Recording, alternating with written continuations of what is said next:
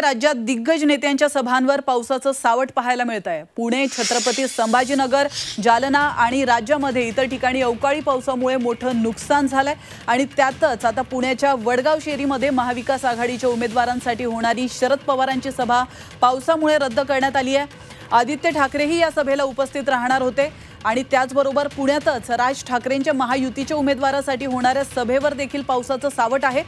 तर महाविकास आघाडीच्या उमेदवारासाठी उद्धव ठाकरे हे आज जालन्याला जाणार होते, मात्र पावसामुळे ठाकरेंचा जालना दौरा देखील रद्द करण्यात आला आहे। तर आपण या दृश्यांच्या माध्यमातून पाहू शकतो महाराष्ट्रामध्ये ठिकठिकाणी अवकाळी पाऊस बरसतोय आणि या पावसाचा फटका फक्त नागरिकांनाच नाही तर नेत्यांना देखील बसतोय, कारण लोकसभा निवडणुकीच्या पार्श्वभूमीवर राज्यातील दिग्गज नेत्यांनी सभांचं नियोजन केलेलं होतं, मात्र या पावसाचं सावट या सभांवरती पाहायला मिळतंय। आपण या दृश्यांच्या माध्यमातून पाहू शकतो शरद पवारांची वडगाव शेरीमध्ये सभा होणार होती जी रद्द करण्यात आली आहे। त्यानंतर पुण्यामध्ये जोरदार सभा होणार होती राज ठाकरे यांची, ती देखील रद्द होण्याच्या आता मार्गावर आहे। तर दुसरीकडे उद्धव ठाकरे हे जालना दौऱ्यावर होते, मात्र त्यांनी जालन्याचा हा दौरा रद्द केला। तर याविषयी अधिक माहिती देण्यासाठी आपले प्रतिनिधी अरुण मेहत्रे थेट आपल्यासोबत जोडले गेलेले आहेत। अरुण, आपण पाहतोय राज्यामध्ये दिग्गज नेत्यांच्या सभा होणार होत्या, मात्र पावसाचं सावट या सभांवर पाहायला मिळत आहे।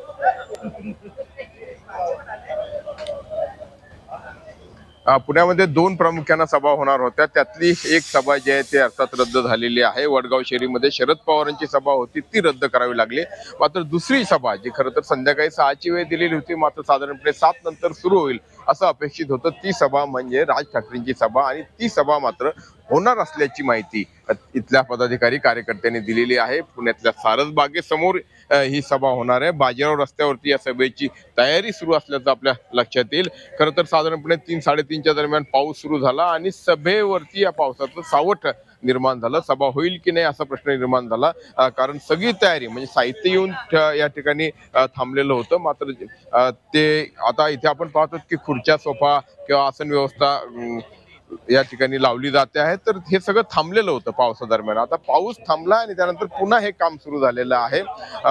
एका बाजूला मंच किंवा व्यासपीठ तयार आहे तर दुसऱ्या बाजूला पुढे बसण्याची व्यवस्था देखील या ठिकाणी आपण सुरू असल्याचं आपल्याला पाहायला मिळतंय। आपल्यासोबत मनसेचे पदाधिकारी इथे आहेत, शहराध्यक्ष आहेत।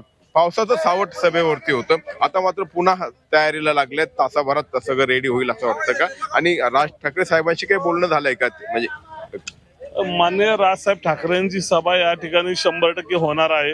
आम्ही पाऊस प्रचंड येत होता म्हणून आम्ही थांबलो होतो, आता पुन्हा तयारी जोरात सुरू आहे। कार्यकर्त्यांमध्ये प्रचंड उत्साह आहे आणि 100% या ठिकाणी सभा होणार आहे। कारण पावसामुळे उपस्थितीवरती परिणाम होण्याचे, कारण उद्या प्रचाराची सांगता होते आणि एक महत्वाचं आकर्षण असलेली पुण्यातली सगळ्यात मोठी किंवा सगळ्यात ज्याला मोठी गर्दी खेचणारी सभा असं आपण राज ठाकरेंच्या सभेकडे बघू शकतो, ती गर्दी होईल का? कार्यकर्त्यांमध्ये उत्साह आहे 100%। पाऊस थांबल्यानंतर कार्यकर्त्यांचा ओघ सुरू होईल 100%, कारण बऱ्याच ठिकाणाहून आम्हाला शहरभरातून फोन येतात, आम्ही पाऊस थांबलो की निघतोय। 100% या ठिकाणी मोठी सभा होणार।